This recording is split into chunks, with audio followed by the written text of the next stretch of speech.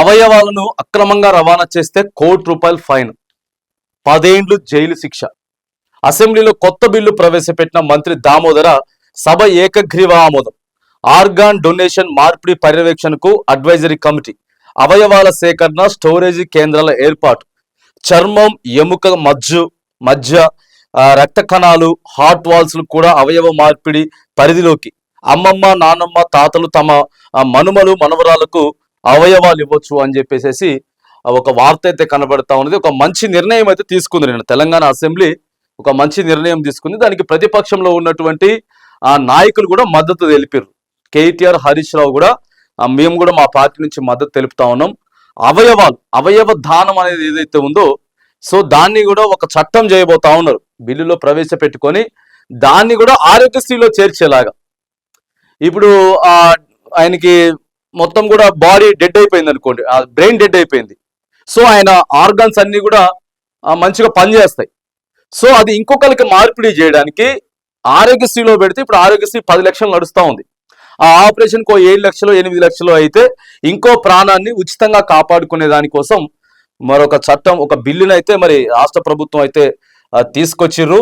తర్వాత చూస్తున్నాం కదా, ఎక్కడ పడితే అక్కడ అమాయకులు చేయడం, వాళ్ళ కిడ్నీలు తీసుకోవడం, అవయవాలు ఇక మనకి ఏవేవైతే ప్రధానంగా అవయవాలు అయితే ఆర్గాన్స్ ఉన్నాయో వాటన్నిటిని తక్కువలో అమ్ముకోవడం, లేకపోతే వాళ్ళకి తెలియకుండా ఇట్లా దందా చేసేవాళ్ళు మొత్తం ఉన్నారు. కాబట్టి వాళ్ళు ఎవడైనా పట్టుబడితే మాత్రానికి ₹1,00,00,000 ఫైన్తో పాటు 10 సంవత్సరాలు జైల్లో పెట్టేటటువంటి ప్రక్రియను కూడా ఒకటి రాష్ట్ర ప్రభుత్వం అయితే మరి మొదలుపెట్టింది.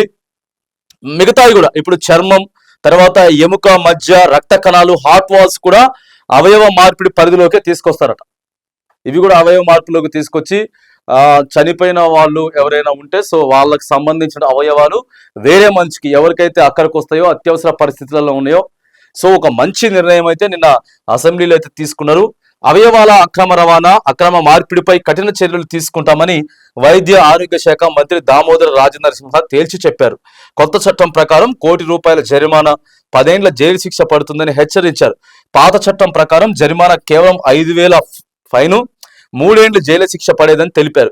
ఇప్పుడు తెలంగాణ ప్రభుత్వం తోవ 1995 తోట 2011 చట్టాన్ని నిబంధనలు అడాప్ట్ చేసుకుంటుందని ఆయన ప్రకటించారు. అవయవ దానం కొత్త బిల్లును గురువారం అసెంబ్లీలో ప్రవేశపెట్టారని చెప్తా ఉన్నారు. గతంలో ₹5,000 ఫైను, 3 సంవత్సరాల జైలు శిక్షనే ఉండేదట.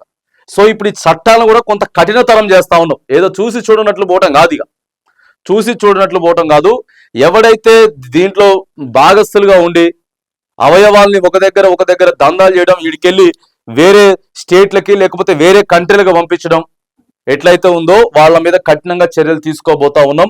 ఆ అవయవాలను అక్రమంగా రవాణా చేసేటోళ్ళ మీద మాత్రానికి చాలా సీరియస్ యాక్షన్స్ తీసుకోబోతా ఉన్నాం. ఆ తర్వాత అవయవాల మార్పిడికి సంబంధించి ఈ వైద్యం ఏదైతే ఉందో దాన్ని ఆరోగ్యశ్రీలో కూడా చేర్చేటటువంటి ఆలోచన అయితే తీసుకుంటాం.